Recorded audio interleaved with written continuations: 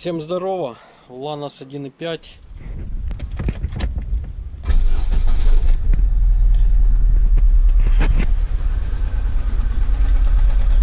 Вот так вот работает двигатель. Ну, это касаемо на бензине. Так вот его подколбашивает. На газу вроде бы работает нормально. Ну, пускай сейчас прогреется, поскольку он холодный. Потом перейду на газ, посмотрю, как на газу машина работает. Ну и подключусь к компьютеру, посмотрю. Ну,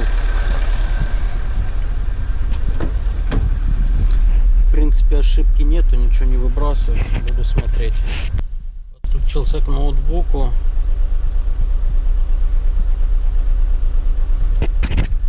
Так, что ну тут? Ну, по ошибкам.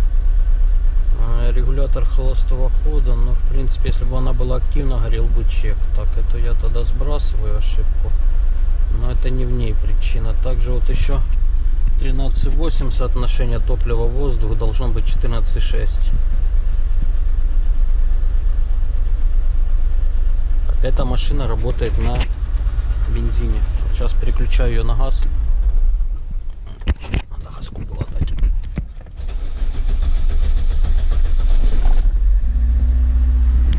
Машина завелась на газу и работает на газу. Просто совсем другое дело. На газу работает четко. В общем, где-то проблема в топливной системе. Буду снимать топливную рампу и мыть форсунки. В общем, выяснил я, что на четвертый цилиндр, вот форсунка четвертого цилиндра, фишку я снял. Отдел, реакции никакой, то есть не работает четвертый цилиндр. Из крана четвертый цилиндр подается. Снял топливную рампу с форсунками, а тут, конечно, они чернючие просто-напросто.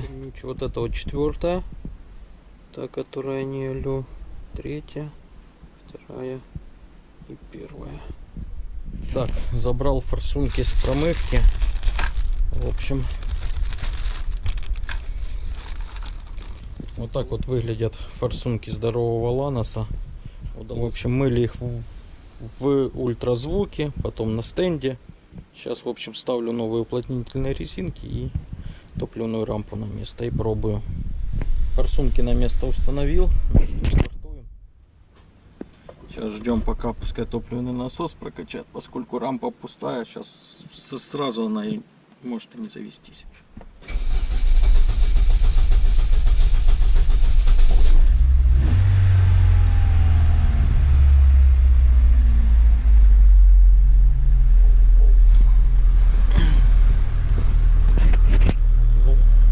Работает просто идеально.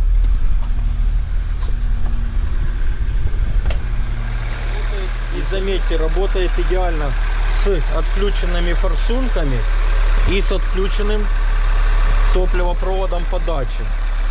Вот это почистил форсунки. Представляете, машина, блин, на Святом Духе работает. Ладно, я шучу, машина на газу работает.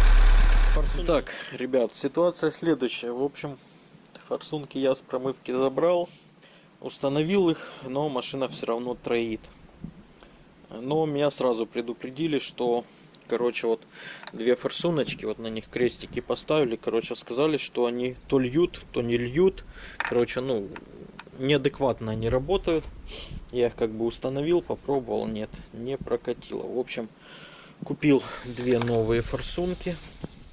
Вот они. Точно такие же оригинальные, как здесь и стоят, с резиночками совсем полностью. Вот новые форсуночки. Так, в общем, форсунки на место я установил, но все равно двигатель троит. Не приходит питание на фишку четвертой форсунки. Продолжаю дальше работать с данным автомобилем. В общем, по форсункам я вам объяснил. Две форсунки поменяли, две промылось. Не приходит питание на четвертую форсунку. С этим вопросом клиент поедет к электрику, поскольку моей квалификации в этом вопросе, к сожалению, не хватает, поскольку здесь стоит газ второго поколения, там эмулятор форсунок, короче, врезанные провода в питание форсунок, он там, короче, его что-то отключаете эти форсунки во время включения газа. Ну, короче, я в этом слабо соображаю, так что, ну, короче, в чем я слабо соображаю, я туда не вмешиваюсь. То есть свою механическую часть я сделал, форсунки поменял, форсунки помыл. Так, и дальше продолжаю работать по стойкам. Получается, поменял опорные подшипники, поставил новые и новые опорные стаканы. Они же пыльники амортизаторов. Поскольку видео по данному автомобилю есть, я в прошлый раз разворачивал опорные стаканы, ставил правильно. По-моему, новые я их ставил, поскольку они были неправильно установлены. И тут стояли опорники Севи. Как бы к ним вопросов особо не было, но получается ситуация следующая, что при вывороте руля идет небольшой скрежет. То есть скрежет может идти только от опорного подшипника. Шаровые здесь в полном порядке, все хорошо. В общем, мы решили не испытывать судьбу, а поставить хорошие GM-овские опорники и не играться с этими севовскими. Так, ходовку я собрал, опорники установил. Теперь перехожу, меняю прокладку крышки клапанов. Также будут ставиться новые болты и новый патрубок на вентиляцию картерных газов. Здесь все оттер, новую прокладочку поставил, крышку клапанов отмыл. По низу, в общем, то, что я в тот раз менял, все везде сухо. Так, новая сливная пробка, новая медная шайба под ней, все чисто отмыто. Так, с ямой вроде бы все. Также поставил новый ремень генератора, новый ремень кондиционера и новый ролик кондиционера, поскольку при влажной погоде идет сильный писк, и когда машина холодная заводишься, тоже пищит. Ремни, в общем, я поменял. Так, ребят, чтобы я не был голословным, вот эти две форсунки, которые я поменял, которые льют. Вот они сейчас, получается, форсунка в закрытом виде. Вот видите, пропускает. Одна. И вторая.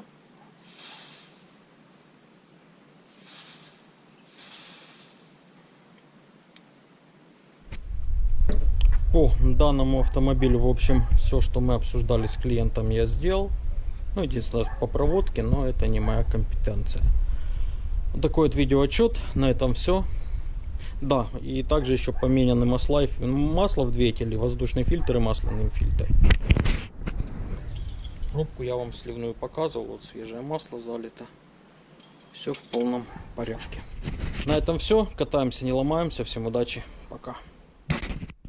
Так, ребят, рано я с вами попрощался. Выехал, проехался на данном автомобиле. Присутствует какой-то металлический звук. Так, я опять загнал машину на яму. Опять начал все обсматривать. И звук очень похож, вот, допустим, как стучат суппорта на направляющих. Но поскольку здесь направляющие новые, суппорта полностью все профилактику сделано, это не суппорта. Я думал, это был передний бампер, поскольку он там достаточно сильно так люфтил в местах своего крепления. Я его, короче, подтянул, поджал, все сделал так, как положено. По бамперу вопросов нет. Выехал, проехался, все равно звук присутствует. В общем, я уже и стукал, и обстукивал всю машину, но походу причину таки нашел. Получается, задняя балка, стабилизатор задней балки, вот внутри он идет. И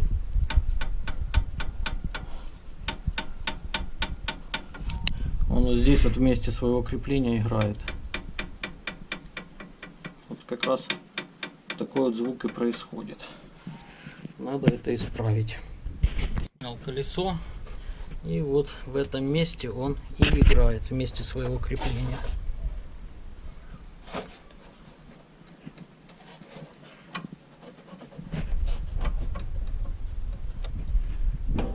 Так, теперь ничего не дребезжит. Новый болт поставил. И между, кто как его называет, торсион или стабилизатор задней балки, и между этим стабилизатором и вот этими вот креплениями в балке подложил шайбочку под болт, где-то там с полмиллиметра толщиной, чтобы убрать зазор, тот, который он уже раздолбал. Болт стоит новый, старый болт просто оборвался. Я его даже открутить не смог, пришлось его обрывать. По-другому никак. Ну, по крайней мере, звук этот побежден. Поскольку, ну, в принципе, вся ходовка полностью новая, и так, чтобы что-то дребезжало, ну, это просто. Ладно, на этом точно все. Катаемся, не ломаемся. Всем удачи, пока. И опять еще не все, ребят. В общем, по поводу данного Ланоса. Автомобиль я отдал клиенту. В общем, ну, все так ему объяснил, что четвертый цилиндр не работает, на него не приходит питание. Буквально сегодня же, то есть вчера я отдал машину, сегодня мне позвонил клиент, сказал, что все, проблема решена, поехал он к электрику. Оказалось, дело в эмуляторе форсунок на ГАЗ второго поколения, тот, который установлен на данный автомобиль. В общем, через этот эмулятор, короче, не подавалось питание на форсунку. Электрик его сделал, питание на форсунку подается, машина на газу, машина на бензине и на газу работает четко, классно, ну, в общем, без проблем. В общем, вот такие вот нюансы бывают. Но, скажу я так, не лишним было то, что форсунки помылись. Вы сами видели, в каком они были черном состоянии. Ну и плюс две форсунки постоянно лили. То есть, получается, эмулятор форсунок как бы отключал форсунки, когда машина переходит на газ. Но топливо через форсунки все равно в камеру сгорания попадало. И шел расход как газа, так и бензина. В общем, вот такой вот нюанс. Ну ладно, это все, что я хотел сказать по данному автомобилю. Ну а на этом все. Катаемся, не ломаемся. Всем удачи.